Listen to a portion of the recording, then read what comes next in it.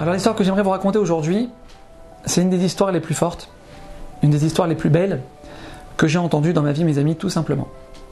Alors juste, je vous préviens, il faut avoir le cœur très fort, très solide, parce que c'est une histoire qui secoue beaucoup. Voilà. Le Rav Yaakov Shaish, conférencier très connu en Israël, c'est lui le témoin de cette histoire, et c'est lui qui raconte cette histoire, et moi je l'ai entendue de la propre bouche du Rav. On a juste qu'on remette les choses dans leur... Donc le Rav il passe Shabbat avec l'organisme Hidabrut, qui ont organisé un Shabbat plein dans un hôtel à Tibériade. Et le Rav Yaakov Shaish, c'est un des conférenciers sur place ce Shabbat. Ok. Maintenant, parmi des centaines de personnes à ce Shabbat, il y a un couple qui habite Jérusalem, qui sont donc venus parmi les centaines de personnes se renforcer, et ils ont laissé leurs enfants à Jérusalem chez la sœur de la femme, 20 minutes avant l'entrée de Shabbat. La sœur, donc qui garde les enfants, elle appelle sa sœur, donc la maman, en larmes. Elle n'arrive même pas à parler. Et là, elle lui dit, mes amis, la pire chose qu'un parent il peut entendre sur terre. Sa fille de 2 ans est tombée du 2e étage, Dieu préserve, et elle est en route pour l'hôpital dans un état qu'elle ne veut même pas dire à sa sœur à ce moment-là. Imaginez un peu la situation, imaginez l'état de la maman, Dieu préserve. C'est-à-dire que Shabbat rentre dans 20 minutes, elle est à 2 heures de route de Jérusalem, elle est bloquée à l'hôtel, elle ne sait pas ce qui se passe avec sa fille, elle ne sait pas ce qui va se passer avec sa fille, terrible, situation terrible. Les rabbinim qui sont sur place à l'hôtel, ils voient la situation, ils se réunissent pour essayer de trouver à cette maman, qui ne peut pas rester comme ça, un moyen de rejoindre sa fille à l'hôpital pendant Shabbat. Finalement, au vu de la situation extrêmement délicate, les rabbinim lui permettent de prendre un taxi, donc pendant Shabbat, un taxi qui sera conduit par un non-juif, chose qui normalement est complètement interdite Shabbat, ouais, mais qui est quand même beaucoup moins grave que si c'était un juif qui conduisait. Je ne vais pas maintenant rentrer dans les détails de la halakha parce que c'est pas le moment. Mais encore une fois, mes amis, étant donné la situation qui était très très complexe, et dans ce cas-là précis, les rabbinim ils ont jugé que c'était possible d'agir de cette manière. Donc la réception de l'hôtel, qui était aussi tenue par des non-juifs, comme dans beaucoup d'hôtels en Israël pendant Shabbat, ils appellent le taxi arrive, et il prend la route pour Jérusalem avec la maman. Maintenant, écoutez bien ce qui se passe. Elle monte dans le taxi, elle évidemment, elle est en pleurs, elle s'arrête pas de pleurer, elle sanglote. Le chauffeur de taxi, il entend donc à sa cliente qui est derrière, qui est en train de pleurer. Il lui dit, madame, excusez-moi, je sais pas ce qui vous arrive et ça me regarde pas, mais il faut avoir la émouna, madame. Il faut avoir la émouna. Et quoi qu'il arrive, Hachem Yazor, Hachem, il va vous aider. Ne vous inquiétez pas. Maintenant, elle entend ça. Émouna, Hachem Yazor. Elle dit, mais attends, il y a un problème là. Alors elle lui dit, monsieur, excusez-moi, mais vous êtes juif? Alors il la regarde et lui dit, oui, je suis juif. Pourquoi vous me posez la question? Alors elle lui répond choquée, elle lui dit, mais monsieur, on a demandé explicitement à ce que ce soit un non-juif qui vienne me chercher, m'emmener à Jérusalem. Qu'est-ce qui se passe? Qu'est-ce que vous faites là?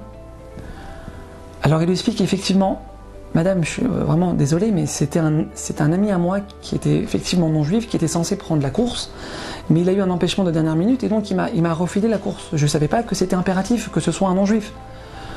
À ce moment-là, mes amis, elle dit au chauffeur de taxi, monsieur, arrêtez-vous s'il vous plaît, mettez-vous sur le côté tout de suite, arrêtez-vous, je descends du taxi tout de suite. Arrêtez-vous tout de suite, je descends. Dans le chauffeur de taxi, il ne comprend pas ce qui se passe. Madame, vous savez qu'on est en pleine autoroute, vous allez vous retrouver seul sur l'autoroute, il fait nuit noire, vous voulez vraiment que je m'arrête maintenant? Alors elle dit, monsieur, arrêtez-vous tout de suite, s'il vous plaît, je descends du taxi tout de suite. Il arrête le taxi, elle descend. Il est 10h du soir, mes amis, cette femme, elle se retrouve seule sur l'autoroute. Il n'y a que la lune et les étoiles au-dessus d'elle qui lui reflètent un peu de lumière. Pendant plus d'1 heure, elle va marcher le long de l'autoroute, en plein Shabbat. Elle ne sait pas où elle va, elle ne sait pas ce qui va se passer. Mais elle sait une chose, mes amis, c'est qu'elle ne peut pas transgresser Shabbat, même si c'est pour aller rejoindre sa fille à l'hôpital qui est entre la vie et la mort. Elle marche, seule, sur l'autoroute. Pas de maison, pas d'habitation autour d'elle, rien. Au bout d'1 heure de marche, elle arrive dans un petit kibboutz, un petit village, et elle passe devant la première maison. Et juste à ce moment-là, il y a une femme qui sort de la maison pour jeter la poubelle. Écoutez bien mes amis comment Hachem il fait les choses, comment Hachem il s'occupe de ses enfants, à quel point un juif il est jamais seul, jamais, quelle que soit la situation, écoutez, c'est inimaginable. Et donc cette femme qui est sortie de la maison, elle voit cette femme qui passe devant chez elle, qu'elle ne connaît pas, et elle sent qu'il y a un truc qui ne va pas. Alors elle lui demande, madame, excusez-moi, mais vous avez besoin d'aide, je peux vous aider? Alors elle lui répond, oui madame, vous pouvez m'aider. Et donc rapidement elle lui explique la situation, tout de suite elle la fait rentrer chez elle, et Baruch Hachem, elle passe là-bas tout le Shabbat. Shabbat sort. Évidemment, première chose qu'elle fait, elle appelle sa sœur.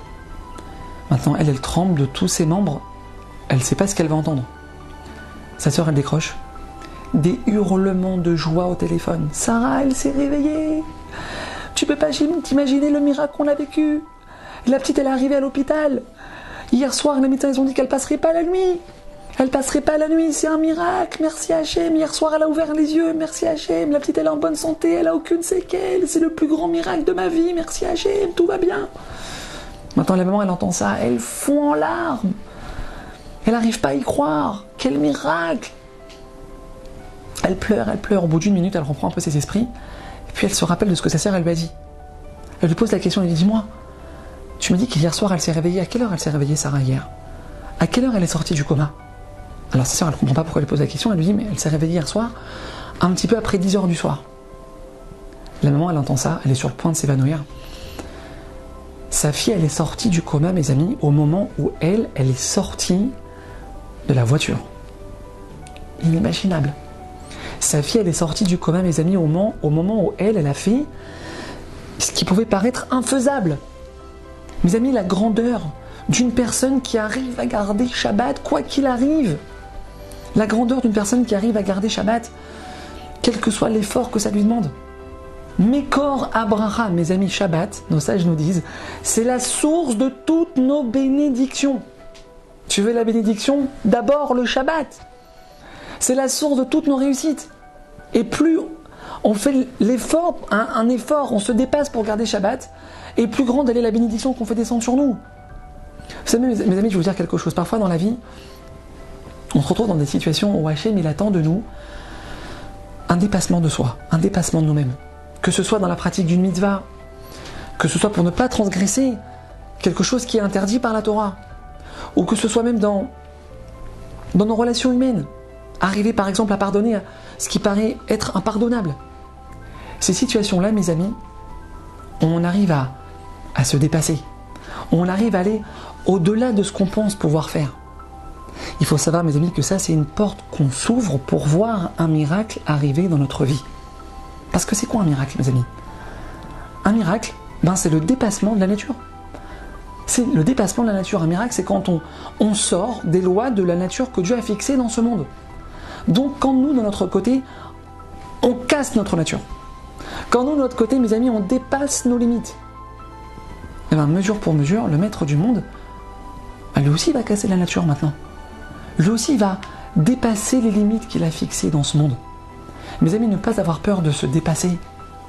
Ne pas avoir peur de se dépasser parce que justement, c'est à ce moment-là, dans le dépassement de nous-mêmes, c'est quand on est dans l'effort, quand on est dans la difficulté, qu'on arrive quand même à agir, à se rapprocher d'Hachem. C'est à ce moment-là, mes amis, qu'on peut arriver à voir les plus belles choses dans notre vie. À bientôt.